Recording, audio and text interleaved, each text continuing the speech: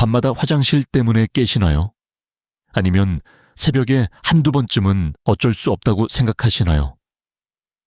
오늘 이 이야기를 끝까지 들으시면 아마 완전히 다르게 생각하시게 될 겁니다. 서울대병원 비뇨의학과에서 12년간 추적 연구한 결과가 있습니다. 밤에 2번 이상 깨는 사람은 그렇지 않은 사람보다 심혈관 질환 위험이 2~4배 높았습니다. 단순히 잠을 못 자는 문제가 아닙니다. 그런데요, 더 놀라운 사실이 있습니다.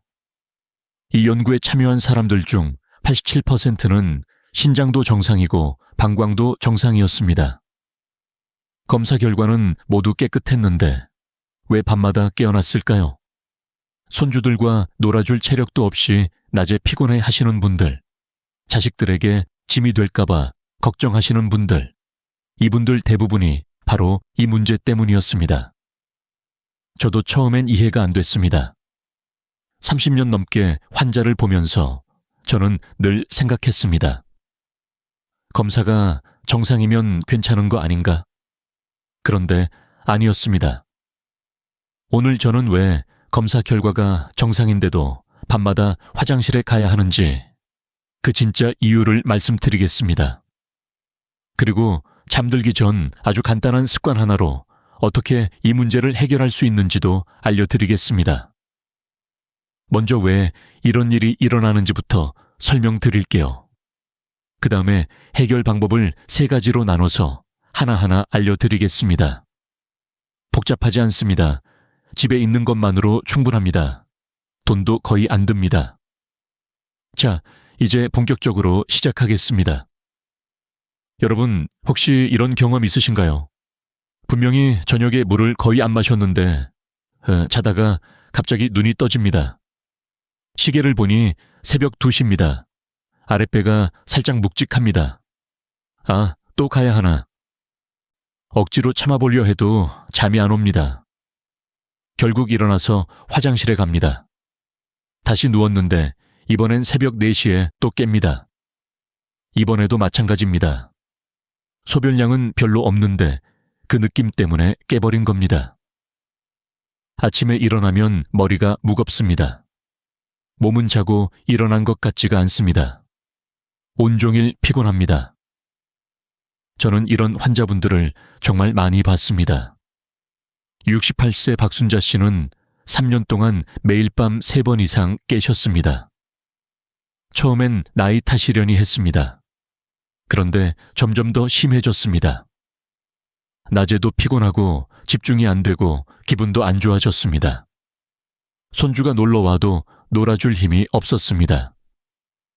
그녀는 저에게 이렇게 말씀하셨습니다. 선생님, 저는 이제 잠자는 게 무서워요. 누우면 또 깨야 한다는 생각에 잠이 안 와요. 72세 이영호 씨는 더 심각했습니다. 밤에 4번, 5번씩 깨셨습니다. 아내분이 옆에서 같이 깨시니까 부부가 다 지쳐 있었습니다. 그는 여러 병원을 다녔습니다. 신장검사, 방광검사, 전립선 검사, 소변 검사. 결과는 다 정상이었습니다. 의사들은 말했습니다. 특별히 이상 없으세요. 나이 드시면 좀 그럴 수 있어요. 그런데 정말 그럴까요? 나이가 들면 밤에 여러 번 깨는 게 당연한 걸까요? 아닙니다. 제가 30년 넘게 환자를 보면서 깨달은 사실이 있습니다. 밤에 자주 깨는 것은 나이 때문이 아닙니다. 몸 안에서 조용히 진행되고 있는 불균형 때문입니다. 그 불균형이 뭔지 지금부터 설명드리겠습니다. 우리 몸에는 아주 작은 혈관들이 있습니다. 모세혈관이라고 합니다. 이 혈관들은 머리카락보다 가늘어요. 눈에 보이지도 않습니다. 그런데 이 작은 혈관들이 하는 일이 엄청납니다. 온몸 구석구석에 산소와 영양을 전달합니다. 방광도 마찬가지입니다. 방광벽에도 이 작은 혈관들이 빽빽하게 있습니다. 문제는 이 혈관들이 염증에 매우 약하다는 겁니다. 여러분, 염증이라고 하면 뭐가 떠오르세요? 아마 빨갛게 붓고 아프고 열나는 것을 생각하실 겁니다. 그런데 그건 급성 염증입니다. 제가 말씀드리는 건 만성 염증입니다. 저등급 만성 염증이라고 합니다. 이건 아프지도 않고 붓지도 않고 나 열도 안 납니다. 느낌이 전혀 없습니다. 그런데 이 조용한 염증이 우리 몸 안에서 천천히 문제를 일으킵니다. 특히 작은 혈관들의 기능을 떨어뜨립니다. 세브란스 병원 연구팀이 2019년에 발표한 연구가 있습니다. 야간요 환자 1200명을 분석한 결과 78%에서 미세혈관 염증 지표가 정상보다 높았습니다. 신장도 정상이고 방광도 정상인데 왜 밤에 자주 깨는지 그 이유가 여기 있었습니다. 잠깐 좀 더 쉽게 설명드릴게요. 우리 몸의 혈관을 집 안의 수도관이라고 생각해 보세요. 큰 수도관은 메인 파이프입니다. 작은 모세혈관은 각 방으로 가는 파이프입니다.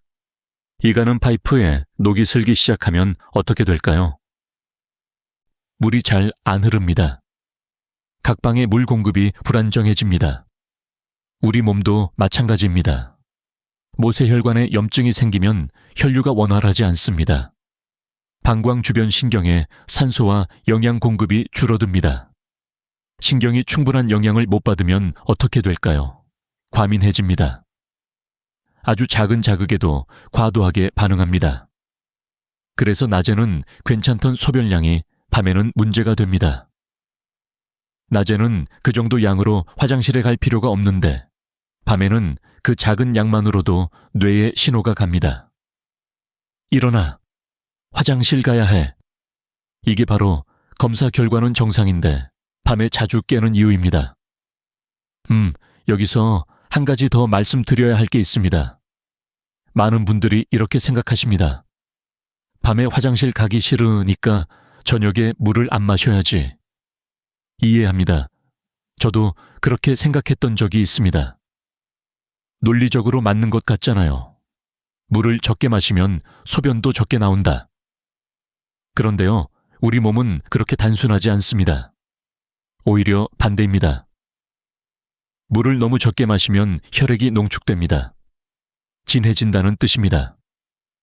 혈액이 진해지면 몸은 이걸 위험 신호로 받아들입니다.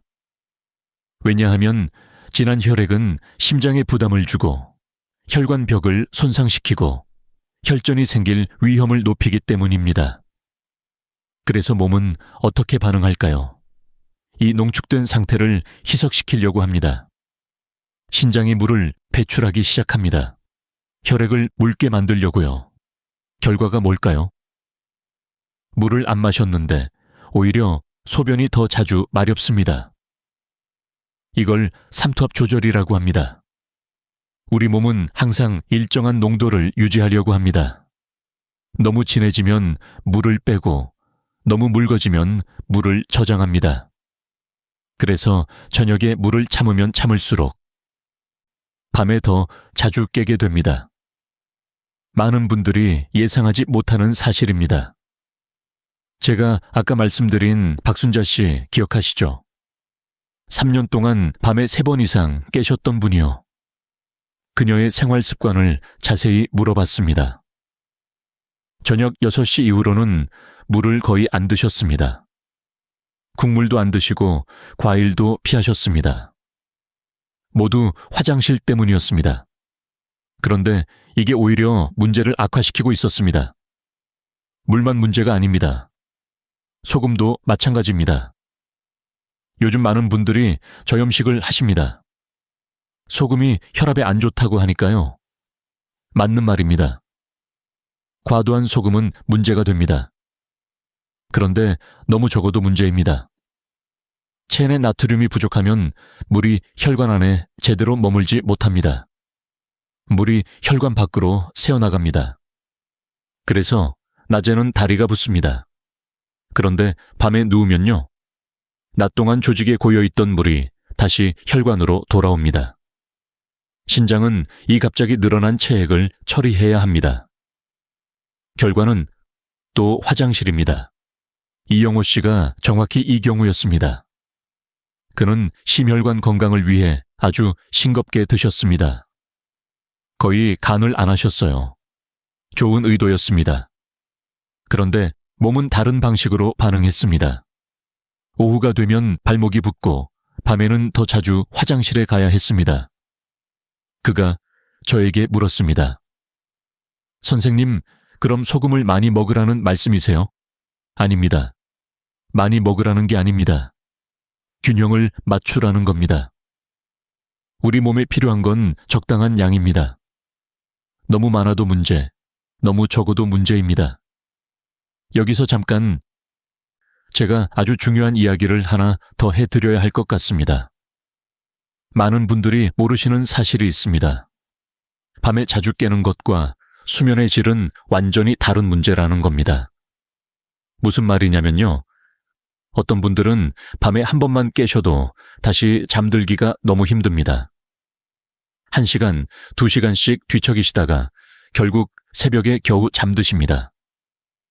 반면에 어떤 분들은 2-3번 깨셔도 바로 다시 잠드십니다. 전체 수면 시간은 비슷합니다. 문제는 전자의 경우입니다. 깨는 횟수보다 다시 잠들기 힘든 게 더 큰 문제입니다. 이런 분들은 대부분 자율신경계가 불안정합니다. 한번 깨면 교감신경이 확 올라갑니다. 마음이 불안해지고 걱정이 시작됩니다. 또 잠 못 자면 어떡하지? 내일 피곤하겠다. 이런 생각들이요. 이런 생각들이 교감신경을 더 자극합니다. 악순환입니다. 그래서 저는 이런 분들에게 특별히 강조합니다. 따뜻한 물을 마실 때 천천히, 아주 천천히 마시라고요. 천천히 마시는 것 자체가 부교감신경을 자극합니다. 마음이 안정됩니다. 급하게 마시면 그 효과가 줄어듭니다. 그리고 마시면서 오늘 하루를 정리하시라고 합니다. 좋았던 일, 감사한 일을 생각하시라고요. 이것도 부교감신경을 활성화시킵니다. 58세 정미란 씨가 이런 경우였습니다. 그녀는 밤에 2번 정도 깨셨는데 문제는 한 번 깨면 절대 다시 잠들지 못한다는 거였습니다. 새벽 2시에 깨면 아침 6시까지 누워서 천장만 쳐다보셨습니다.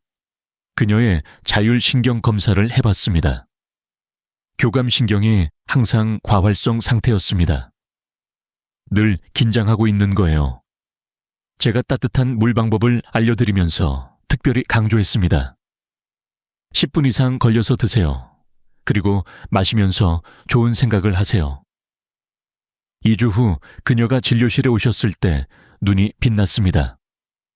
선생님, 처음으로 깨고 나서 다시 잠들었어요. 그것도 10분 만에요. 기적 같아요. 그녀는 이제 깨도 괜찮습니다. 다시 잠들 수 있다는 자신감이 생겼습니다. 그 자신감이 또 잠을 더 잘 오게 만듭니다. 이렇게 자율신경 문제가 있으신 분들은 따뜻한 물 마시는 것을 하나의 의식으로 만드시면 좋습니다. 매일 같은 시간에, 같은 장소에서 같은 방법으로요. 우리 뇌는 패턴을 좋아합니다. 같은 행동이 반복되면 그 행동이 신호가 됩니다. 아, 이제 잘 시간이구나. 뇌가 자동으로 이완 모드에 들어갑니다. 자, 여기서 또 하나 중요한 이야기를 해드릴게요. 많은 분들이 실수하시는 게 있습니다. 야간료를 고치려고 너무 많은 것을 한꺼번에 바꾸시는 거예요. 저녁에 물 안 마시고, 국물 안 먹고, 과일 안 먹고, 카페인 끊고, 운동도 하고, 한꺼번에 다 하시려고 합니다. 그러면 어떻게 될까요? 스트레스 받습니다.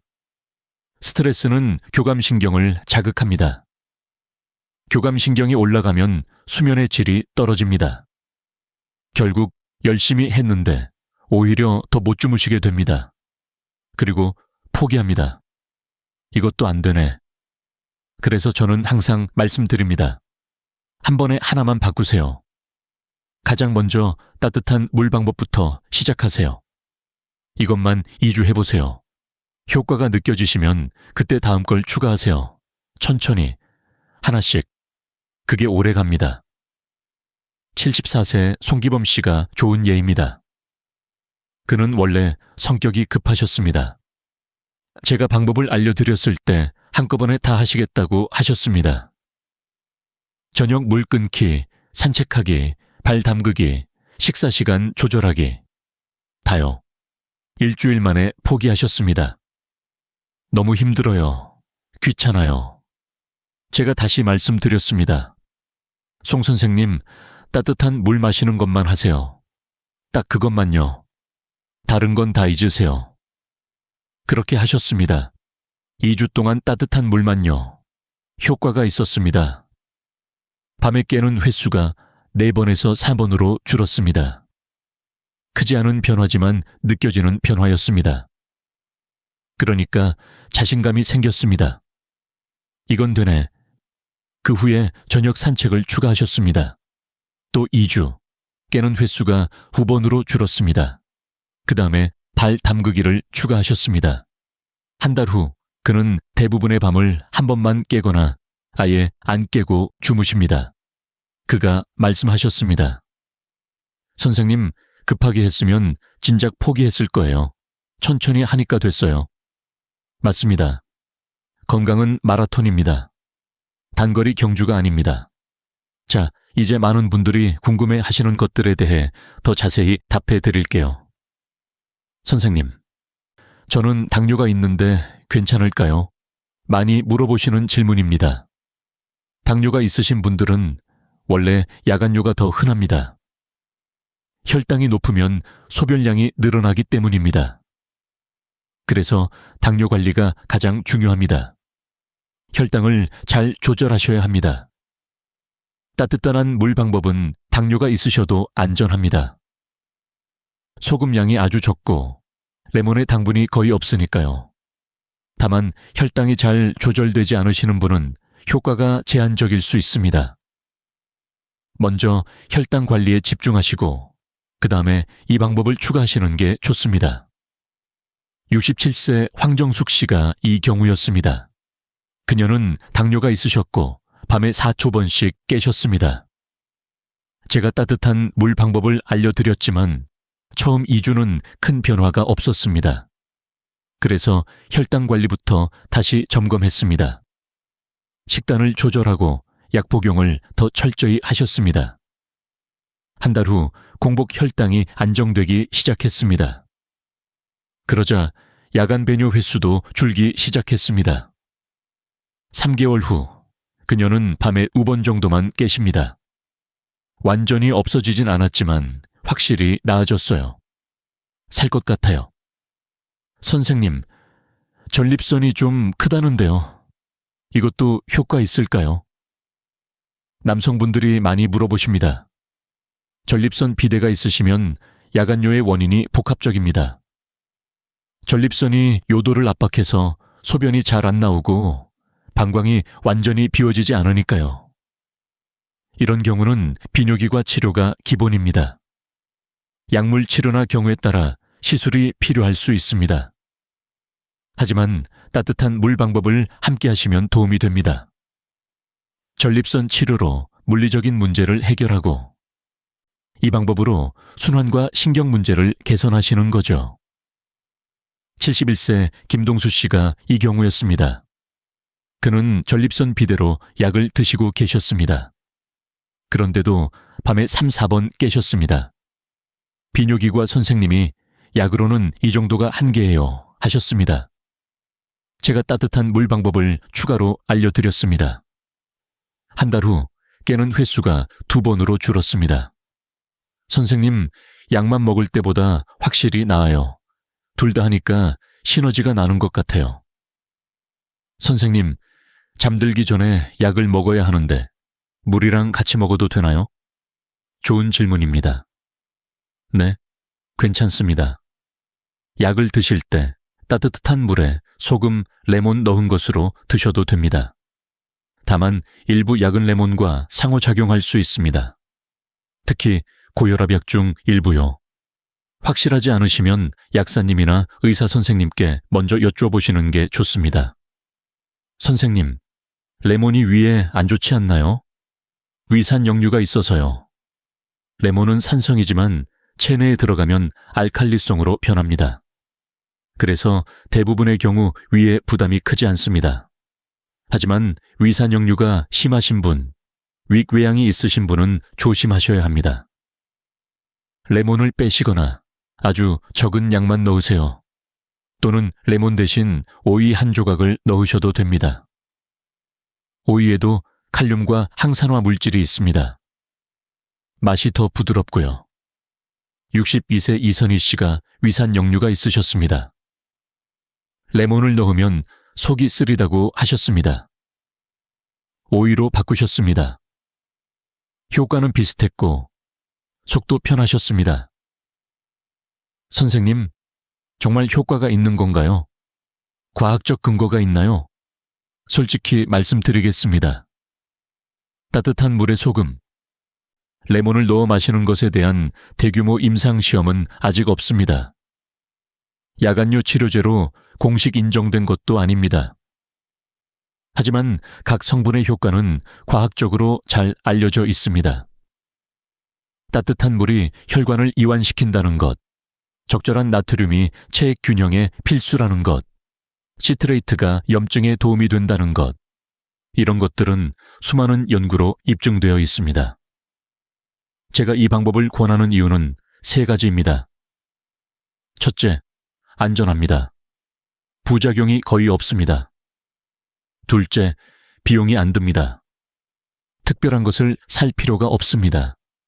셋째, 제 환자들 중 많은 분들이 효과를 보셨습니다. 임상시험은 아니지만 실제 경험입니다. 물론 모든 분에게 효과가 있는 건 아닙니다. 어떤 분들은 별 차이를 못 느끼십니다. 그럴 수 있습니다. 하지만 시도해볼 가치는 있다고 생각합니다. 해봐야 손해볼 게 없으니까요. 자, 여기서 한 가지 더 말씀드리고 싶은 게 있습니다. 야간요로 고생하시는 분들 중에 정신적으로 힘들어하시는 분들이 많습니다. 잠을 못 자니까 우울해지고 짜증이 나고 삶의 질이 떨어집니다. 사회활동도 줄어듭니다. 밤에 못 자니까 낮에 졸려서 나가기 싫어요. 특히 혼자 사시는 분들은 더 힘듭니다. 밤에 깨면 외롭습니다. 새벽에 혼자 화장실 가는 게 서럽습니다. 이런 분들에게 저는 말씀드립니다. 혼자가 아닙니다. 같은 고민을 가진 분들이 아주 많습니다. 나이 드신 분들의 60, 70%가 비슷한 경험을 합니다. 그리고 해결 방법이 있다는 것을 알려드립니다. 오늘 제가 말씀드린 것처럼요. 완전히 없앨 수는 없을지 몰라도 분명히 나아질 수 있습니다. 77세 최영자 씨의 이야기를 해드릴게요. 그녀는 5년 전 남편을 잃으시고 혼자 사셨습니다. 밤마다 3, 4번 깨셨고 깰 때마다 외로움에 눈물이 났다고 합니다. 선생님, 밤이 무서워요. 잠드는 것도 무섭고 깨는 것도 무서워요. 제가 따뜻한 물 방법을 알려드리면서 말씀드렸습니다. 선생님, 이걸 하나의 작은 의식으로 만들어 보세요. 물을 마시면서 좋았던 추억을 떠올려 보세요. 남편분과의 행복했던 시간들요. 그 시간을 기억하면서 천천히 마시세요. 한 달 후 그녀가 오셨을 때 표정이 달랐습니다. 선생님, 물 마시는 시간이 기다려져요. 그 시간에 남편 생각을 해요. 슬프지만 따뜻해요. 그리고 잠도 더 잘 와요. 그녀의 야간 배뇨 횟수는 2번으로 줄었습니다. 하지만 더 중요한 건 밤에 대한 두려움이 줄었다는 겁니다. 이게 바로 제가 이 방법을 좋아하는 이유입니다. 단순히 화장실 가는 횟수를 줄이는 게 아닙니다. 잠자리에 드는 것을 편안하게 만드는 겁니다. 하루를 마무리하는 작은 의식을 만드는 겁니다. 자, 이제 정말로 정리를 해드릴게요. 오늘 아주 많은 이야기를 했습니다. 핵심만 다시 말씀드리겠습니다. 그런데 그 전에 제가 빠뜨린 중요한 내용이 하나 있습니다. 수면과 관련된 이야기입니다. 많은 분들이 잠을 잘 자려면 일찍 자야 한다고 생각하십니다. 밤 10시에 자야 해. 건강에 좋아. 이렇게요. 그런데 꼭 그런 건 아닙니다. 중요한 건 일찍 자는 게 아니라 규칙적으로 자는 겁니다. 매일 밤 11시에 주무시는 분이 어느 날 갑자기 9시에 주무시면 어떻게 될까요? 오히려 잠이 안 옵니다. 뒤척이다가 2시에 잠들고 새벽에 여러 번 깹니다. 우리 몸에는 생체시계가 있습니다. 일주기 리듬이라고 합니다. 이 리듬은 하루 이틀 만에 안 바뀝니다. 그래서 중요한 건 매일 비슷한 시간에 자고 비슷한 시간에 일어나는 겁니다. 주말이든 평일이든요. 특히 아침에 일어나는 시간이 중요합니다. 햇빛을 보는 시간이 생체시계를 맞춰주기 때문입니다. 아침에 일어나면 가능하면 바로 커튼을 열으세요.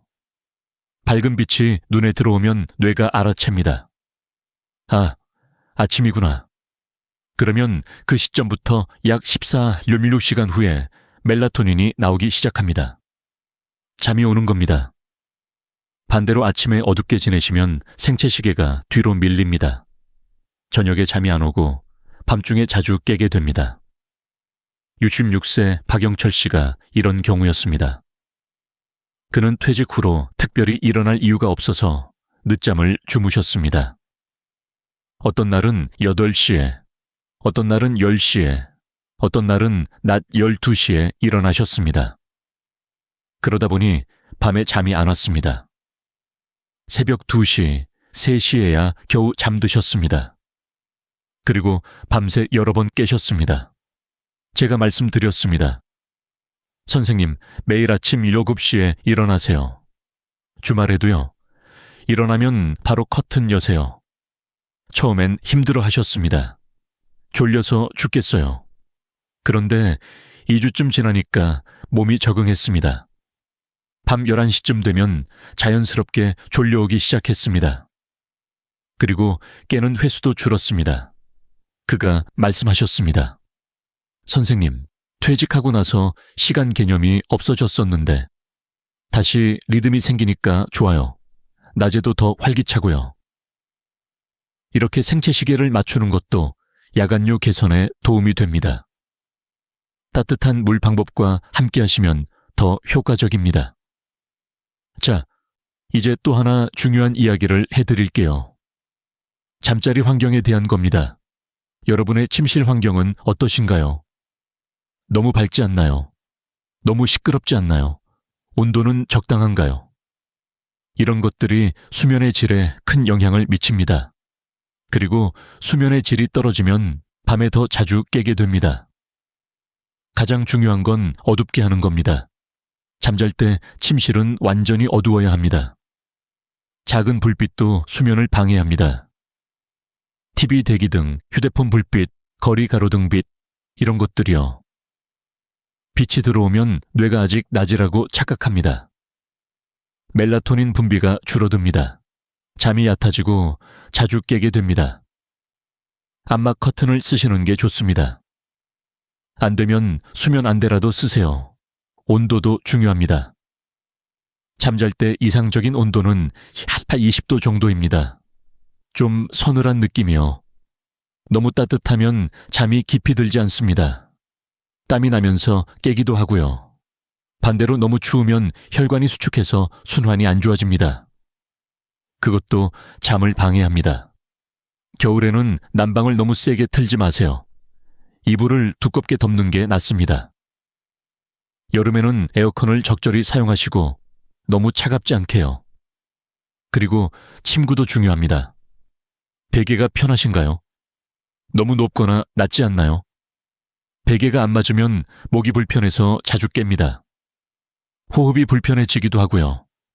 매트리스도 마찬가지입니다. 너무 딱딱하거나 너무 푹신하면 몸이 불편합니다. 허리가 아파서 깨기도 합니다. 70세 정순옥 씨는 야간요 문제로 오셨는데 자세히 물어보니 베개 때문에 자주 깨시는 것도 있었습니다. 선생님, 화장실 때문에 깨는 것도 있지만 목이 뻣뻣해서 깨는 것도 많아요. 비계를 바꾸시라고 권해드렸습니다. 높이가 적당하고 목을 잘 받쳐주는 걸로요. 2주 후 오셨을 때 베개만 바꿨는데 확실히 달라요. 목이 편하니까 덜 깨요. 하셨습니다. 물론 베개만으로 야간요가 해결되진 않습니다. 하지만 수면 환경을 개선하면 전반적인 수면의 질이 좋아지고 그게 야간요 개선에도 도움이 됩니다. 자, 여기서 또 하나. 낮 동안의 활동량에 대해 이야기해 드릴게요. 많은 분들이 나이가 드시면 활동량이 줄어듭니다. 무릎이 아파서 못 걸어요. 귀찮아요. 나갈 일이 없어요. 그런데 낮에 활동을 안 하시면 밤에 잠이 안 옵니다. 몸이 피곤하지 않으니까요. 그리고 앉아있는 시간이 길어지면 하지 순환이 안 좋아집니다. 다리에 체액이 고입니다. 밤에 누우면 그 체액이 이동해서 화장실을 가게 됩니다. 그래서 낮 동안 적당히 움직이시는 게 중요합니다. 격렬한 운동을 하시라는 게 아닙니다. 그냥 자주 일어나세요. 1시간에 한 번씩은 일어나서 좀 걸으세요. 집 안에서 왔다 갔다 하는 것만으로도 됩니다. 10분씩만요. 그것도 힘드시면 앉아서 발목 운동이라도 하세요. 발끝을 위아래로 움직이는 거요. 종아리 근육이 펌프 역할을 해서 순환을 도와줍니다. 73세 김복순 씨는 무릎 관절염이 심해서 걷기가 힘드셨습니다. 하루 종일 소파에 앉아 계셨습니다. 밤에 4번 깨셨는데 그중 상당 부분이 하지 부종 때문이었습니다. 제가 의자에 앉아서 하는 발목 운동을 알려드렸습니다. 30분마다 2분씩요. TV 보시면서 하실 수 있습니다. 한 달 후 다리 부종이 눈에 띄게 줄었습니다. 그리고 밤에 깨는 횟수도 3번으로 줄었습니다. 선생님, 이렇게 간단한 건데 왜 진작 안 했을까요? 그렇습니다. 간단한 것들이 모여서 큰 차이를 만듭니다. 자, 이제 카페인과 알코올에 대해서도 말씀드려야 할 것 같습니다. 많은 분들이 커피를 좋아하십니다. 식후에 한 잔, 오후에 한 잔, 습관이 되셨죠. 그런데 카페인은 이뇨작용이 있습니다. 소변을 많이 만듭니다. 그리고 수면을 방해합니다. 나이가 드시면 카페인 대사가 느려집니다. 젊을 때는 저녁에 커피 마셔도 괜찮았는데 나이 드시면 오후에 마신 커피가 밤까지 영향을 미칩니다. 그래서 가능하면 카페인은 오전에만 드시는 게 좋습니다. 점심 이후로는 피하세요. 커피뿐 아니라 녹차, 홍차, 콜라, 초콜릿에도 카페인이 있습니다. 조심하세요. 알코올은 더 복잡합니다. 술을 마시면 처음엔 졸립니다. 그래서 한잔하면 잠이 잘 와 하시는 분들이 있습니다. 그런데 알코올이 분해되면서 몸이 각성합니다. 새벽에 깨게 됩니다. 수면의 질이 아주 나빠집니다. 그리고 알코올도 이뇨작용이 있습니다. 밤에 화장실을 더 자주 가게 됩니다. 저녁에 술 드시는 습관이 있으시면 줄이시는 게 좋습니다. 적어도 잠들기 3-4시간 전에는 마지막 잔을 끝내세요. 64세 이상호 씨는 매일 저녁 소주 한 잔을 드시는 습관이 있었습니다. 하루 일과 끝내고 한 잔 하면 기분이 좋아요. 그런데 밤에 3-4번 깨셨습니다. 술 때문일 수도 있어요. 말씀드렸더니 처음엔 믿지 않으셨습니다. 한 잔밖에 안 마시는데요. 그래도 일주일만 끊어보시라고 했습니다. 일주일 후 오셨을 때 놀라셨습니다. 선생님, 진짜 달라요. 2번만 깼어요. 술이 이렇게 영향이 컸나요? 그렇습니다. 한 잔이라도 매일 드시면 누적됩니다. 특히 나이 드시면 그 영향이 더 큽니다. 자, 이제 스트레스에 대해서도 말씀드릴게요. 스트레스가 야간요와 무슨 관련이 있냐고요? 아주 큰 관련이 있습니다. 스트레스를 받으면 코르티솔이라는 호르몬이 나옵니다. 이 호르몬이 계속 높으면 수면의 질이 나빠집니다. 잠이 얕아지고 자주 깹니다. 그리고 스트레스는 교감신경을 활성화시킵니다. 몸이 항상 긴장 상태에 있게 됩니다. 방광도 예민해집니다. 그래서 스트레스 관리도 야간류 개선에 중요합니다. 어떻게 스트레스를 관리하느냐고요? 첫째, 걱정을 내려놓는 시간을 가지세요. 잠들기 전에 그날의 걱정거리를 종이에 적어보세요. 머릿속에만 두지 말고 밖으로 꺼내세요. 적고 나면 좀 가벼워집니다. 둘째, 호흡 운동을 하세요. 잠들기 전에 깊게 숨 쉬는 겁니다. 4초 들이쉬고 7초 멈추고 8초 내쉬세요. 이걸 478 호흡법이라고 합니다. 부교감 신경을 강하게 자극합니다. 셋째, 감사한 것을 생각하세요. 오늘 하루 중에 감사한 것 3가지를 떠올려 보세요. 크지 않아도 됩니다. 오늘 날씨가 좋았다. 맛있는 거 먹었다. 손녀가 전화했다. 이런 거요. 감사한 마음은 스트레스 호르몬을 낮춰줍니다. 기분이 좋아지고 잠도 잘 옵니다. 아까 말씀드린 따뜻한 물 마시는 시간을 이 호흡 운동, 감사 생각과 함께 하시면 더 좋습니다. 물 마시면서 깊게 숨 쉬고 감사한 걸 떠올리세요. 자, 이제 정말 마무리할게요. 오늘 정말 많은 이야기를 했습니다. 다시 한번 핵심만 정리해 드리겠습니다. 밤에 자주 깨는 진짜 이유는 3가지입니다. 첫째, 모세혈관의 만성염증입니다. 방광신경을 과민하게 만듭니다. 둘째, 수분 부족입니다. 물을 안 마시면 오히려 소변이 더 자주 마렵습니다. 셋째, 미네랄 불균형입니다. 나트륨이 부족하면 물이 제자리에 있지 못합니다. 해결 방법의 핵심은 이겁니다. 잠들기 1시간 전 따뜻한 물 한 컵에 소금 한 꼬집과 레몬 한 조각을 넣어 천천히 마시세요. 이게 왜 효과가 있냐면요. 따뜻한 물은 혈관을 이완시키고 자율신경을 안정시킵니다. 소금 한 꼬집은 수분이 혈관 안에 머물게 하고 신경을 안정시킵니다. 레몬 한 조각은 염증을 줄이고 미네랄 균형을 맞춰줍니다. 추가로 하시면 좋은 것들이 있습니다. 저녁 산책, 발 담그기, 저녁 식사 시간 앞당기기, 규칙적인 수면 시간, 침실 환경 개선, 낮 동안 활동량 늘리기, 카페인과 알코올 줄이기, 스트레스 관리. 이 중에서 할 수 있는 것부터 하나씩 해보세요. 한꺼번에 다 하실 필요 없습니다. 그리고 기억하세요. 야간뇨는 나이 탓이 아닙니다. 나아질 수 있습니다. 완전히 없앨 수는 없을지 몰라도 분명히 줄일 수 있습니다. 잠의 질을 높일 수 있습니다. 저는 30년 넘게 환자를 보면서 수많은 분들이 좋아지시는 걸 봤습니다. 여러분도 좋아지실 수 있습니다. 오늘 밤부터 시작해보세요. 따뜻한 물 준비하시고 소금 한 꼬집 넣으시고 레몬 한 조각 띄우세요. 천천히 마시면서 오늘 하루를 정리하세요. 좋았던 일, 감사한 일을 생각하세요. 그리고 편안하게 잠자리에 드세요. 며칠은 변화가 없을 수도 있습니다. 괜찮습니다. 포기하지 마세요. 2주 정도 꾸준히 하시면 분명히 달라지실 겁니다.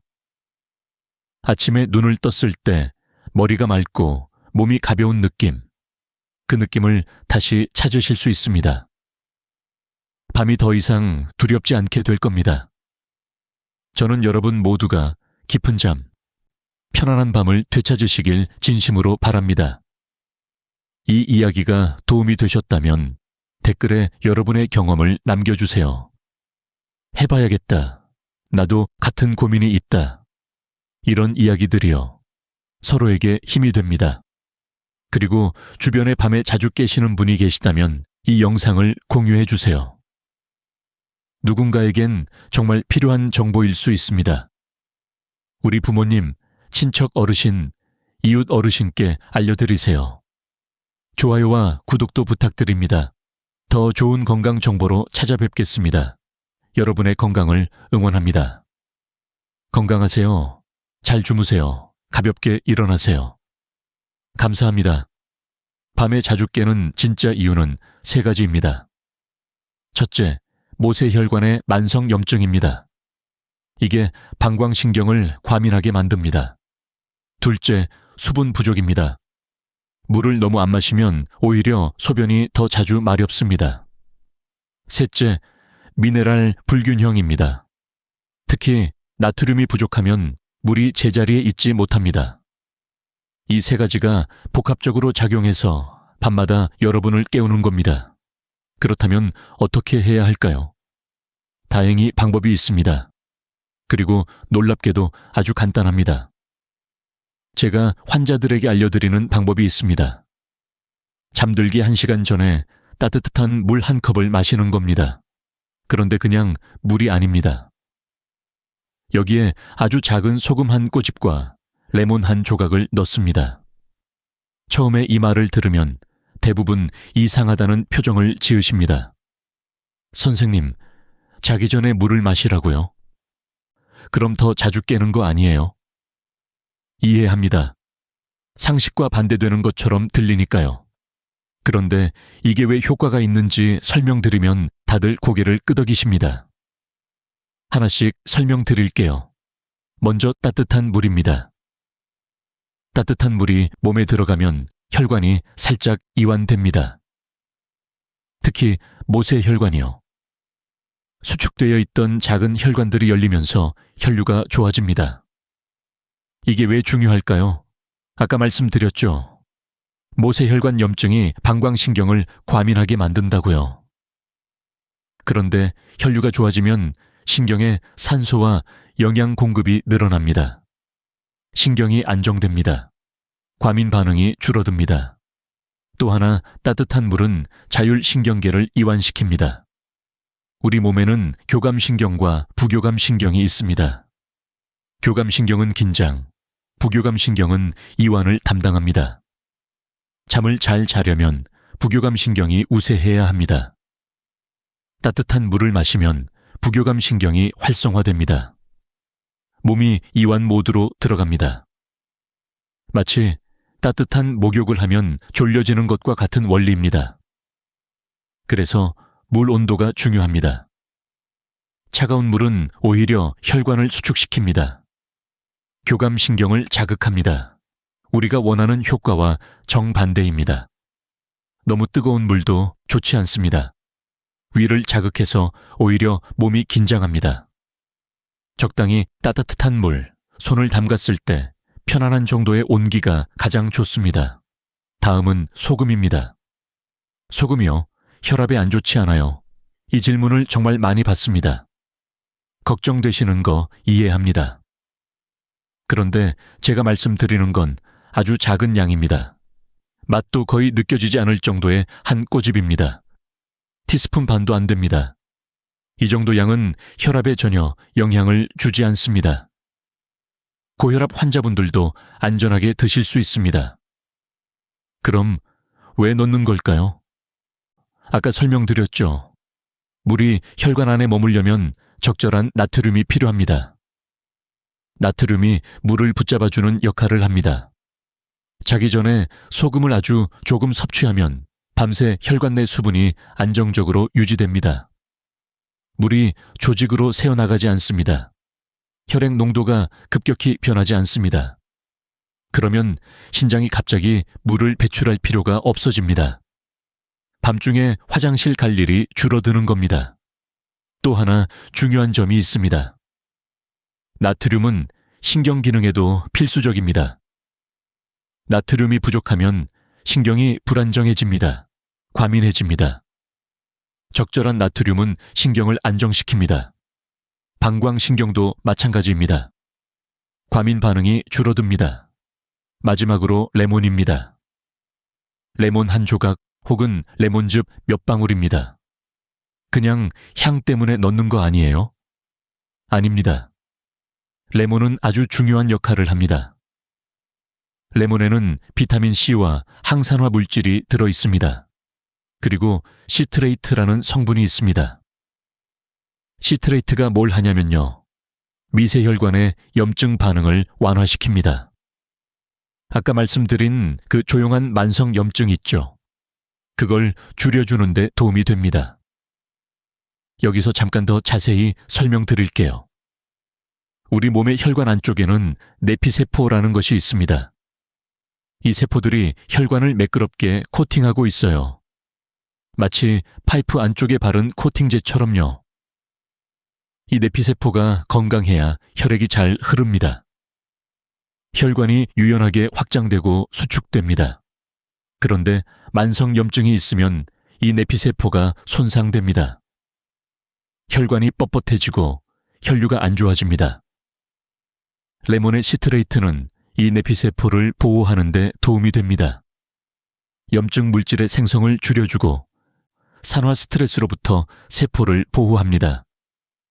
하버드 의대 연구팀이 2018년 영양학 저널에 발표한 연구가 있습니다. 8주간 시트레이트를 꾸준히 섭취한 그룹에서 혈관 내피세포 기능이 83% 개선되었습니다. 내피세포는 혈관 안쪽을 덮고 있는 세포입니다. 이 세포가 건강해야 혈관이 제대로 기능합니다. 그리고 또 하나, 레몬에 들어있는 비타민 C도 중요합니다.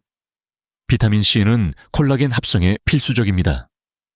콜라겐은 혈관 벽을 튼튼하게 해줍니다. 비타민 C가 부족하면 혈관이 약해지고 탄력을 잃습니다. 나이가 드시면 비타민 C 흡수력이 떨어집니다. 그래서 더 신경 써서 섭취하셔야 합니다. 레몬 한 조각에 들어있는 비타민 C의 양은 많지 않습니다. 하지만 매일 꾸준히 드시면 조금씩 쌓입니다. 그리고 그게 혈관 건강에 도움이 됩니다. 또한 레몬에는 칼륨이 들어있습니다. 칼륨은 나트륨과 균형을 맞춰줍니다. 나트륨만 넣으면 균형이 깨질 수 있는데 레몬의 칼륨이 이걸 조절해 줍니다. 칼륨과 나트륨의 균형이 왜 중요하냐면요. 우리 세포는 나트륨 칼륨 펌프라는 것으로 작동합니다. 이 펌프가 세포 안팎의 물질 교환을 조절합니다. 나트륨은 세포 밖에, 칼륨은 세포 안에 주로 있어야 합니다. 이 균형이 깨지면 세포 기능이 떨어집니다. 신경 전달도 잘 안 됩니다. 근육도 제대로 작동 안 합니다. 그래서 나트륨만 넣는 게 아니라 칼륨도 함께 섭취하는 게 좋습니다. 레몬이 그 역할을 해줍니다. 그리고 레몬 향 자체도 효과가 있습니다. 은은한 시트러스 향은 스트레스 호르몬을 낮춰줍니다. 잠들기 전 긴장을 풀어주는 역할을 합니다. 일본의 한 연구에서 레몬 향을 맡은 그룹이 그렇지 않은 그룹보다 코르티솔 수치가 18% 낮았다는 결과가 있습니다. 코르티솔은 스트레스 호르몬입니다. 그래서 레몬은 단순히 맛을 내는 게 아닙니다. 화학적으로도 심리적으로도 도움이 됩니다. 59세 강미영 씨가 재미있는 경험을 하셨습니다. 그녀는 따뜻한 물 방법을 시작했는데 레몬 향을 맡는 것만으로도 마음이 편해진다고 하셨습니다. 선생님, 물에 레몬을 넣으면 향이 퍼져요. 그걸 맡으면 벌써 졸려와요. 파블로프의 개처럼 조건 반사가 된 것 같아요. 맞습니다. 우리 뇌는 패턴을 학습합니다. 레몬 향, 잠잘 시간, 이완, 이런 연결이 만들어지는 겁니다. 그래서 꾸준히 하시면 효과가 더 좋아집니다. 자, 이제 제가 자주 받는 질문 하나를 더 답해 드릴게요. 선생님, 물 대신 보리차나 현미차는 안 되나요? 좋은 질문입니다. 보리차, 현미차도 나쁘지 않습니다. 따뜻하고 카페인이 없으니까요. 하지만 그냥 물이 더 좋습니다. 이유가 있습니다. 보리차나 현미차에는 미량의 이뇨 성분이 있을 수 있습니다. 아주 적은 양이지만 민감한 분들은 영향을 받을 수 있습니다. 그리고 우리 목적은 순수하게 수분과 미네랄을 공급하는 겁니다. 다른 성분이 없을수록 좋습니다. 물이 가장 순수합니다. 물론 보리차를 드셔도 큰 문제는 없습니다. 차가 더 맛있으시면 드셔도 됩니다. 하지만 처음 시작할 때는 그냥 물로 하시는 걸 권합니다. 효과를 더 명확하게 느끼실 수 있습니다. 선생님, 생수를 쓸까요? 수돗물을 쓸까요? 어느 것이든 괜찮습니다. 다만 수돗물을 쓰시면 끓여서 식히신 후에 드세요. 염소 냄새가 나면 기분이 안 좋을 수 있으니까요. 생수를 쓰시면 그냥 데워서 드시면 됩니다. 정수기, 물도 괜찮습니다. 온수 기능이 있으면 편하게 쓰실 수 있습니다. 중요한 건 물의 종류가 아니라 온도와 함께 넣는 소금, 레몬입니다. 선생님, 매일 해야 하나요? 가끔 해도 되나요? 가능하면 매일 하시는 게 좋습니다. 우리 몸은 꾸준함을 좋아합니다. 매일 같은 시간에 같은 행동을 하면 몸이 거기에 적응합니다. 생체 리듬이 맞춰집니다. 가끔씩만 하시면 효과가 떨어집니다. 몸이 적응할 시간이 없으니까요. 처음 2주는 꼭 매일 하세요. 그래야 효과를 느끼실 수 있습니다. 그 후에는 어쩌다 한두 번 빼먹으셔도 괜찮습니다. 이미 습관이 됐으니까요. 하지만 가능하면 매일 하시는 게 좋습니다. 선생님, 여행 갈 때는 어떻게 하나요? 여행 가실 때도 하실 수 있습니다. 레몬은 작은 레몬 가루나 레몬즙을 사가시면 됩니다. 편의점에서 사실 수 있습니다. 소금은 작은 통에 담아가시면 됩니다. 호텔에는 보통 따뜻한 물이 있으니까요. 여행 중에는 수면 패턴이 흐트러지기 쉽습니다. 시차도 있고 환경도 낯설고요. 이럴 때 더더욱 이 방법이 도움이 됩니다. 익숙한 의식이 몸을 안정시켜줍니다. 자, 여기서 한 가지 더 말씀드릴 게 있습니다. 지금까지 제가 알려드린 방법은 예방과 개선을 위한 것입니다. 치료법이 아닙니다. 만약 야간요가 아주 심하시거나 갑자기 악화되셨거나 다른 증상이 함께 있으시면 반드시 병원에 가보셔야 합니다. 어떤 증상이 있을 때 병원에 가야 하냐고요? 첫째, 소변에 피가 섞여 나올 때입니다. 혈뇨라고 합니다. 이건 심각한 문제의 신호일 수 있습니다. 둘째, 소변 볼 때 통증이나 화끈거림이 있을 때입니다. 방광염이나 요로감염일 수 있습니다. 셋째, 소변이 잘 안 나오거나 나오다가 끊기거나 완전히 비우지 못하는 느낌이 들 때입니다. 전립선 문제나 방광 기능 문제일 수 있습니다. 넷째, 갑자기 야간요가 심해졌을 때입니다. 이전에는 괜찮았는데 갑자기 밤에 많이 깨신다면 뭔가 새로운 문제가 생겼을 수 있습니다. 다섯째, 다른 전신 증상이 함께 있을 때입니다. 체중 감소, 지속적인 피로, 발열 등이요. 이런 증상이 있으시면 이 방법을 해보시기 전에 먼저 병원에 가세요. 원인을 정확히 아셔야 합니다. 제가 오늘 알려드린 방법은 검사 결과가 정상인데 생활 습관 때문에 밤에 자주 깨시는 분들을 위한 것입니다. 다른 질환이 있으시면 그 치료가 먼저입니다. 자, 이제 한 분의 이야기를 더 해드리고 마무리할게요. 제가 가장 인상 깊게 기억하는 환자분이 있습니다. 80세 정곡순 할머니셨습니다. 그녀는 10년 넘게 밤에 4, 5번씩 깨셨습니다. 그게 당연한 줄 아셨습니다. 나이가 들면 다 그런 거 아니에요? 어쩔 수 없죠. 자녀분이 방황제로 병원에 데려오셨습니다. 검사 결과는 모두 정상이었습니다. 제가 이 방법을 알려드렸습니다. 할머니는 반신반의하셨습니다. 이게 되겠어요?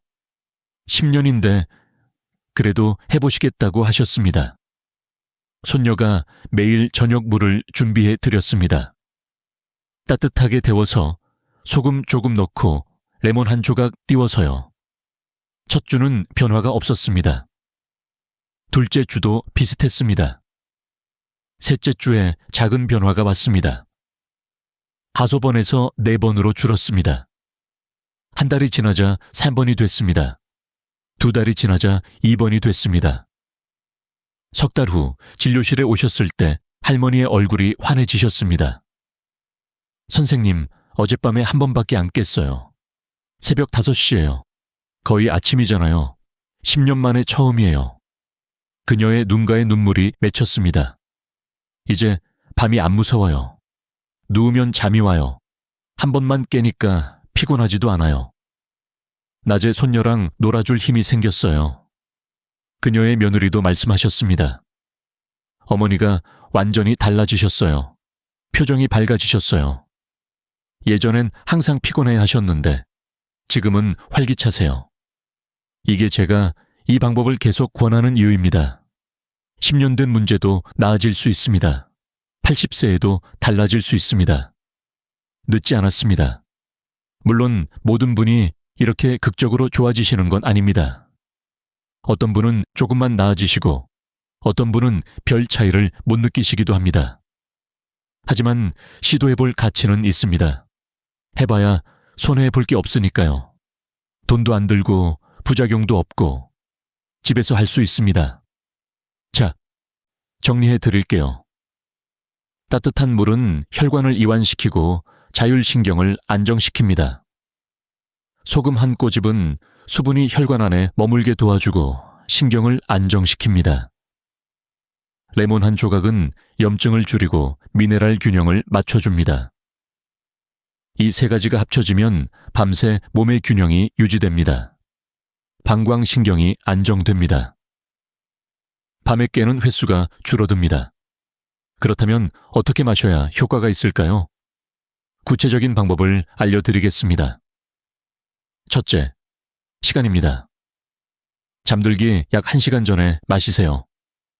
이 시간이 중요합니다. 왜 1시간이냐면요.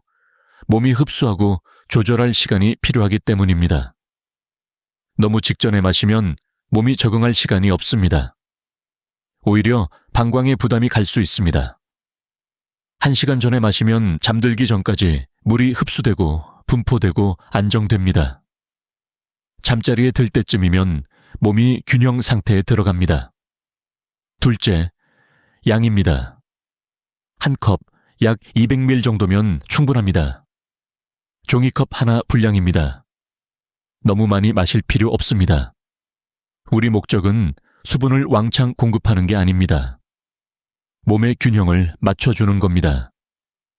셋째, 온도입니다. 따뜻해야 합니다. 미지근한 정도요. 손을 담갔을 때 편안한 느낌이 드는 온도입니다. 차갑거나 뜨겁지 않게요. 넷째, 소금 양입니다. 정말 조금입니다. 엄지와 검지로 집을 수 있는 정도, 한 꼬집입니다. 맛을 보면 거의 느껴지지 않아야 합니다. 짜다고 느껴지면 너무 많은 겁니다. 다섯째, 레몬입니다.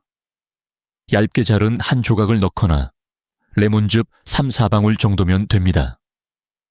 신맛이 강하게 나면 너무 많은 겁니다.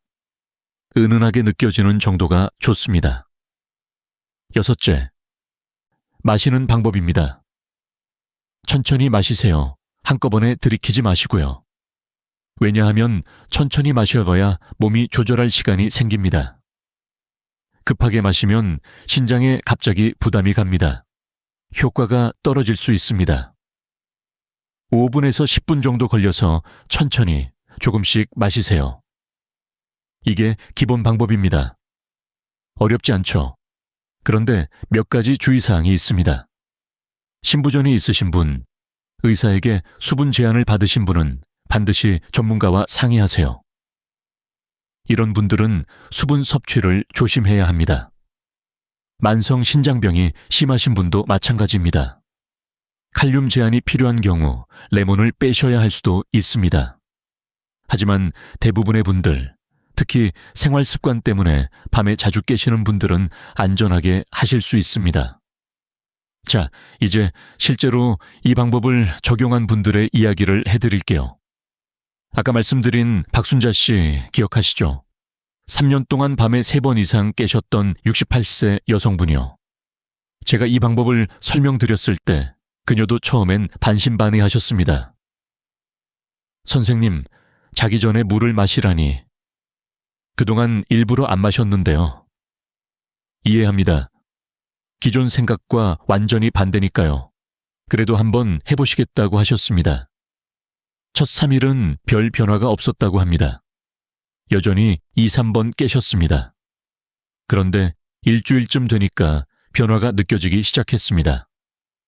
가장 먼저 달라진 건 손발이었습니다. 잠자리에 들 때 손발이 따뜻해졌습니다. 예전엔 항상 차가웠는데요. 그리고 잠드는 것도 더 쉬워졌습니다. 예전엔 누워서 30분, 1시간씩 뒤척였는데 이제는 10분 안에 잠이 왔습니다.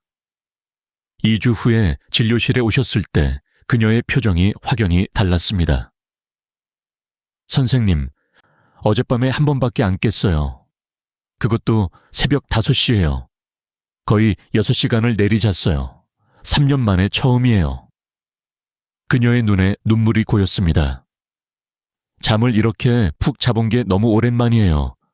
아침에 일어나니까 머리가 맑아요. 몸도 가벼워요. 이제 손주들 유치원 데려다 줄 수 있을 것 같아요. 자식들한테 짐 안 되고 살 수 있겠어요. 한 달 후에는 대부분의 밤을 한 번만 깨거나 아예 안 깨고 주무셨습니다. 낮에 졸리던 것도 사라졌습니다. 기분도 훨씬 좋아지셨습니다. 또 다른 분, 72세 이영호 씨도 비슷한 경험을 하셨습니다. 그는 밤에 4~5번씩 깨셨던 분이었죠. 아내분까지 같이 지쳐 있었습니다. 이 방법을 시작하고 첫 주는 큰 변화가 없었습니다. 하지만 포기하지 않으셨습니다. 2주째 들어서면서 변화가 왔습니다. 4, 5번이 4번으로 줄었습니다. 선생님, 한 번 줄었을 뿐인데 이렇게 다른가요? 아침에 일어나니까 완전히 달라요. 한 달 후에는 1, 2번으로 줄었습니다. 어떤 날은 아예 안 깨고 주무셨습니다. 그의 아내분도 진료실에 같이 오셨습니다. 선생님, 정말 감사합니다. 남편이 안 깨니까 저도 푹 자요. 둘 다 사람이 됐어요. 가장 인상 깊었던 분은 62세 한미영 씨였습니다. 그녀는 조금 다른 경우였습니다. 밤에 깨는 것도 문제였지만 새벽마다 다리에 쥐가 나서 깨는 것도 힘들어 하셨습니다.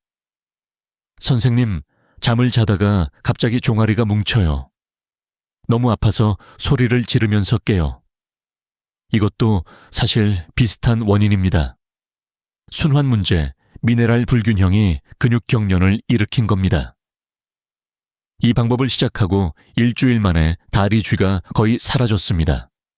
그리고 야간 배뇨 횟수도 4번에서 1번으로 줄었습니다. 선생님, 이게 뭐라고 이렇게 달라져요? 레몬 하나, 소금 조금인데 그녀가 가장 놀란 건 아침의 느낌이었습니다.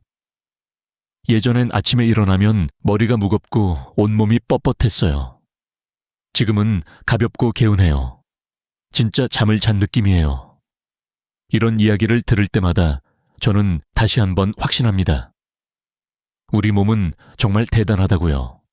오랫동안 무너져 있던 균형도 올바른 조건만 갖춰주면 스스로 회복합니다. 약이 아닙니다. 특별한 치료도 아닙니다. 그저 몸이 필요로 하는 것을 제때 공급해주는 것뿐입니다. 물론 모든 분이 똑같이 빠른 효과를 보시는 건 아닙니다. 어떤 분은 며칠 만에 느끼시고 어떤 분은 2, 3주 걸리십니다. 몸 상태가 다 다르니까요. 오래 누적된 불균형일수록 회복에 시간이 더 걸립니다. 중요한 건 꾸준함입니다. 하루 이틀 해보고 안 된다고 포기하시면 안 됩니다. 최소 2주는 해보셔야 합니다. 그리고 기대도 적절히 하셔야 합니다. 완전히 안 깨게 된다기보다는 깨는 횟수가 줄고 잠의 질이 좋아진다고 생각하시면 됩니다. 나이가 들면 한 번 정도 깨는 건 자연스러운 일입니다. 그러나 3번, 4번, 5번씩 깨는 건 문제입니다. 이걸 1번 혹은 0번으로 줄이는 게 목표입니다. 자, 여기서 자주 받는 질문들에 간단히 답해 드릴게요. 레몬 대신 다른 과일은요? 라임이나 유자도 괜찮습니다. 시트레이트가 들어있으니까요. 하지만 오렌지나 귤은 당분이 많아서 추천하지 않습니다. 소금 종류가 중요한가요? 천일염이나 히말라야, 핑크솔트가 좋지만 양이 워낙 적어서 큰 차이는 없습니다. 집에 있는 거 쓰시면 됩니다. 따뜻한 물 대신 차는요. 카페인 없는 캐모마일 차나 루이보스 차는 괜찮습니다. 하지만 녹차, 홍차는 안 됩니다. 그냥 따뜻한 물이 가장 좋습니다. 며칠 만에 효과가 나나요? 빠르면 3, 4일, 보통 1, 2주입니다. 2주까지는 꾸준히 해보시고 판단하세요. 부작용은 없나요? 일반적으로 없습니다. 처음 며칠은 오히려 화장실을 더 갈 수도 있는데 몸이 적응하는 과정입니다. 며칠 지나면 안정됩니다. 자, 지금까지 말씀드린 내용을 다시 정리해 드릴게요. 밤에 자주 깨는 진짜 이유는 나이 때문이 아닙니다. 모세혈관의 만성염증, 수분 부족으로 인한 혈액 농축, 미네랄 불균형, 이 세 가지가 복합적으로 작용하는 겁니다. 해결 방법은 간단합니다. 잠들기 1시간 전 따뜻한 물 한 컵에 소금 한 꼬집과 레몬 한 조각을 넣어 천천히 마시세요. 이게 왜 효과가 있냐면요. 따뜻한 물은 혈관을 이완시키고 자율신경을 안정시킵니다. 소금 한 꼬집은 수분이 혈관 안에 머물게 하고 신경을 안정시킵니다. 레몬 한 조각은 염증을 줄이고 미네랄 균형을 맞춰줍니다. 복잡하지 않습니다. 비싸지도 않습니다. 집에 있는 것만으로 충분합니다. 오늘부터 시작하실 수 있습니다. 저는 항상 환자들에게 말합니다. 우리 몸은 우리를 도우려고 합니다. 야간요는 벌이 아닙니다. 그건 몸이 보내는 신호입니다. 뭔가 균형이 안 맞다고 도와달라고 하는 거예요. 그 신호를 무시하지 마세요. 억지로 참지도 마세요. 몸이 필요로 하는 걸 채워주세요. 그러면 몸은 깊은 잠으로 보답할 겁니다. 아침에 상쾌함으로 보답할 겁니다. 낮에 활력으로 보답할 겁니다.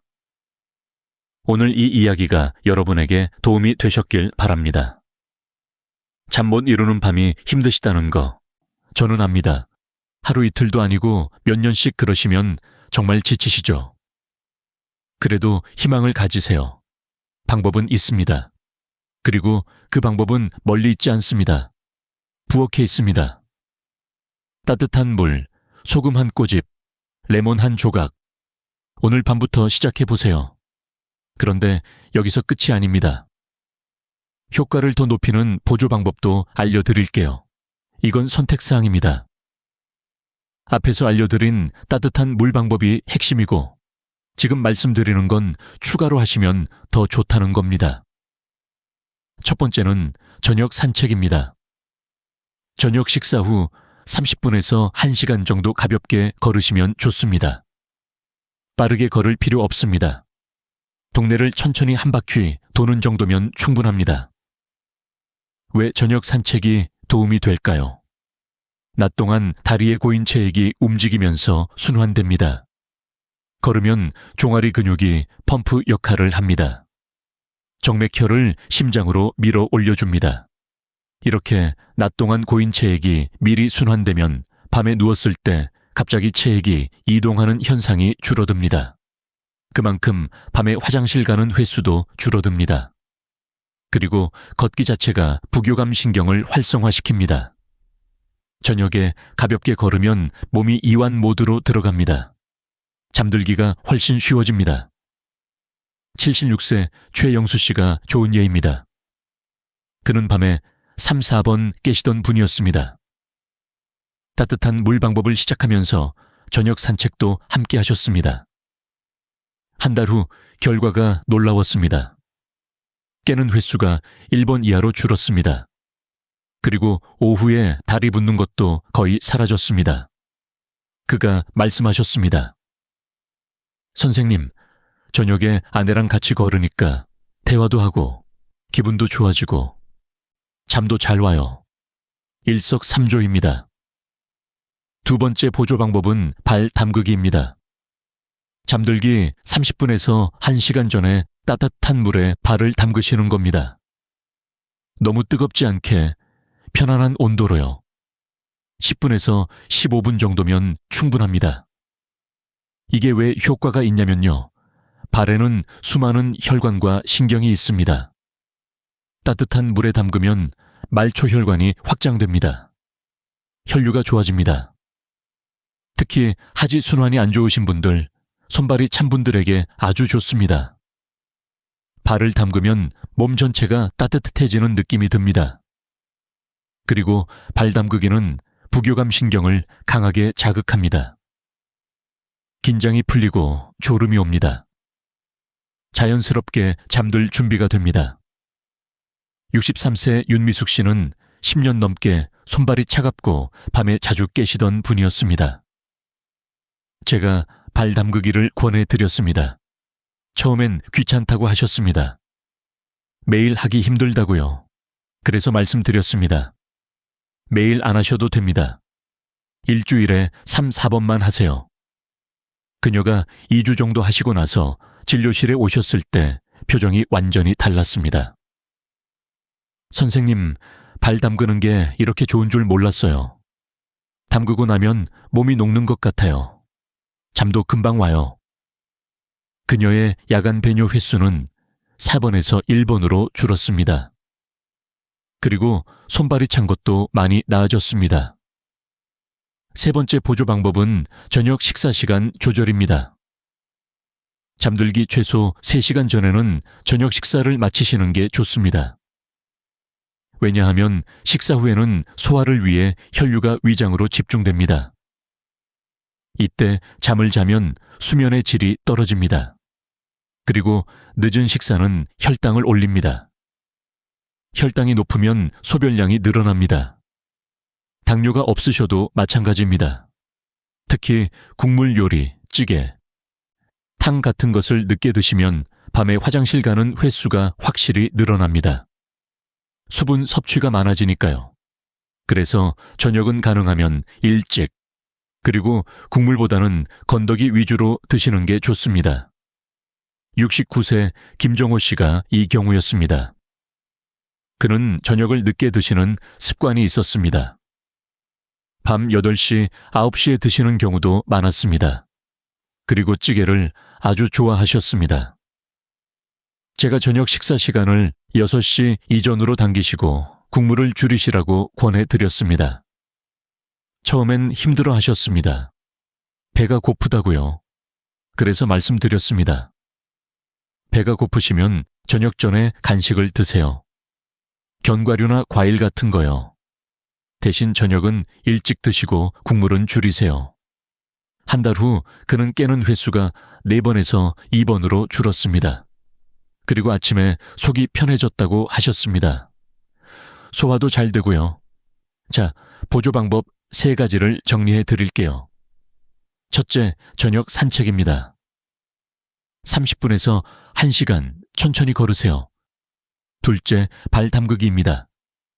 잠들기 전 따뜻한 물에 10, 15분 담그세요. 셋째, 저녁 식사 시간을 앞당기세요. 잠들기 3시간 전에는 드시고 국물은 줄이세요. 이 3가지는 필수가 아니라 선택입니다. 하시면 더 좋고 안 하셔도 따뜻한 물 방법만으로 효과를 보실 수 있습니다. 그런데요, 여기서 한 가지 중요한 이야기를 더 해드려야 할 것 같습니다. 많은 분들이 야간뇨를 단순히 불편함으로만 생각하십니다. 잠을 못 자서 피곤한 것, 그게 전부라고요. 그런데 그게 아닙니다. 야간뇨는 건강에 적신호일 수 있습니다. 서울 아산병원 연구에 따르면 야간뇨가 있는 사람은 그렇지 않은 사람보다 낙상 위험이 2.8배 높았습니다. 밤에 어두운 곳에서 화장실을 가다가 넘어지는 경우가 많기 때문입니다. 특히 60대 이상에서 낙상은 심각한 문제입니다. 고관절, 골절로 이어질 수 있습니다. 고관절 골절 후 1년 내 사망률은 10%가 넘습니다. 그리고 앞서 말씀드렸듯이 심혈관 질환 위험도 높아집니다. 2.4배요. 수면의 질이 나빠지면 혈압이 오르고 혈당 조절이 안 되고 염증 수치가 올라갑니다. 치매 위험도 높아진다는 연구가 있습니다. 깊은 잠을 못 자면 뇌에서 노폐물이 제대로 청소되지 않습니다. 아밀로이드 베타 같은 물질이 쌓입니다. 이게 치매의 원인 중 하나입니다. 그래서 야간요는 그냥 두시면 안 됩니다. 나이 들면 그런 거지 하고 넘기시면 안 됩니다. 적극적으로 관리하셔야 합니다. 오늘 알려드린 방법은 그 관리의 시작입니다. 따뜻한 물에 소금 한 꼬집, 레몬 한 조각. 간단하지만 효과는 큽니다. 그리고 만약 이 방법을 2, 3주 하셔도 전혀 나아지지 않으시면 병원에 가보시는 게 좋습니다. 다른 원인이 있을 수 있습니다. 전립선 문제, 방광기능 장애, 수면무호흡증, 당뇨, 심부전 이런 질환들이 야간요를 유발할 수 있습니다. 이런 경우는 전문적인 치료가 필요합니다. 하지만 대부분의 경우, 특히 검사 결과가 정상인데 밤에 자주 깨시는 분들은 오늘 알려드린 방법으로 충분히 좋아지실 수 있습니다. 자, 이제 정말 마지막입니다. 오늘 알려드린 내용을 처음부터 끝까지 다시 정리해 드릴게요. 밤에 자주 깨시는 이유, 기억하시죠? 첫째, 모세혈관의 만성 염증입니다. 우리 몸에는 아주 작은 혈관들이 있습니다. 이 혈관들이 염증에 약해지면 방광 주변 신경에 영양 공급이 줄어듭니다. 신경이 과민해집니다. 작은 자극에도 뇌에 신호를 보냅니다. 일어나서 화장실 가. 둘째, 수분 부족입니다. 물을 너무 안 마시면 혈액이 농축됩니다. 몸은 이걸 위험하다고 판단합니다. 희석시키려고 소변을 늘립니다. 물을 안 마셨는데 오히려 화장실을 더 가게 됩니다. 셋째, 미네랄 불균형입니다. 특히 나트륨이 부족하면 물이 혈관 안에 머물지 못합니다. 낮에는 조직에 물이 고이고 밤에 누우면 그 물이 다시 순환으로 돌아옵니다. 신장이 처리해야 합니다. 화장실을 가야 합니다. 이 세 가지가 복합적으로 작용해서 밤마다 여러분을 깨우는 겁니다. 해결 방법 기억하시죠? 잠들기 1시간 전 따뜻한 물 한 컵에 소금 한 꼬집과 레몬 한 조각을 넣어 천천히 마시세요. 따뜻한 물은 혈관을 이완시키고 자율신경을 안정시킵니다. 소금 한 꼬집은 수분이 혈관 안에 머물게 하고 신경을 안정시킵니다. 레몬 한 조각은 염증을 줄이고 미네랄 균형을 맞춰줍니다. 추가로 하시면 좋은 것들도 있습니다. 저녁 산책, 발 담그기, 저녁 식사 시간 앞당기기. 이건 선택입니다. 하시면 더 좋습니다. 주의사항도 기억하세요. 심부전이 있으신 분, 수분 제한을 받으신 분은 의사와 상의하세요. 그리고 2, 3주 해도 나아지지 않으시면 병원에 가보세요. 다른 원인이 있을 수 있습니다. 이제 진짜 마지막입니다. 저는 30년 넘게 환자를 보면서 한 가지를 깨달았습니다. 우리 몸은 정말 지혜롭습니다. 문제가 생기면 신호를 보냅니다. 야간요도 그런 신호 중 하나입니다. 그 신호를 무시하지 마세요. 나이 들어서 그래 라고 넘기지 마세요. 몸이 하는 말에 귀 기울이세요. 그리고 몸이 필요로 하는 걸 채워주세요. 어렵지 않습니다. 비싸지 않습니다. 따뜻한 물, 소금 한 꼬집, 레몬 한 조각. 부엌에 다 있습니다. 오늘 밤부터 시작해 보세요. 일주일만 해보세요. 달라지는 걸 느끼실 겁니다. 아침에 눈을 떴을 때 머리가 맑고 몸이 가벼운 느낌, 그 느낌을 다시 찾으실 수 있습니다. 여러분 모두 깊은 잠, 편안한 밤을 되찾으시길 바랍니다. 혹시 주변에 밤에 자주 깨시는 부모님, 친척 어르신이 계시다면 이 영상을 알려드리세요. 나도 이거 몰랐다. 한번 해봐. 이렇게 말씀해 주세요. 누군가에겐 정말 필요한 정보일 수 있습니다. 우리 가족이, 우리 이웃이 푹 잘 수 있게 도와주세요. 이 이야기가 도움이 되셨다면 댓글 남겨주세요. 구독과 좋아요도 부탁드립니다. 더 좋은 건강 정보로 찾아뵙겠습니다. 건강하세요. 잘 주무세요. 감사합니다.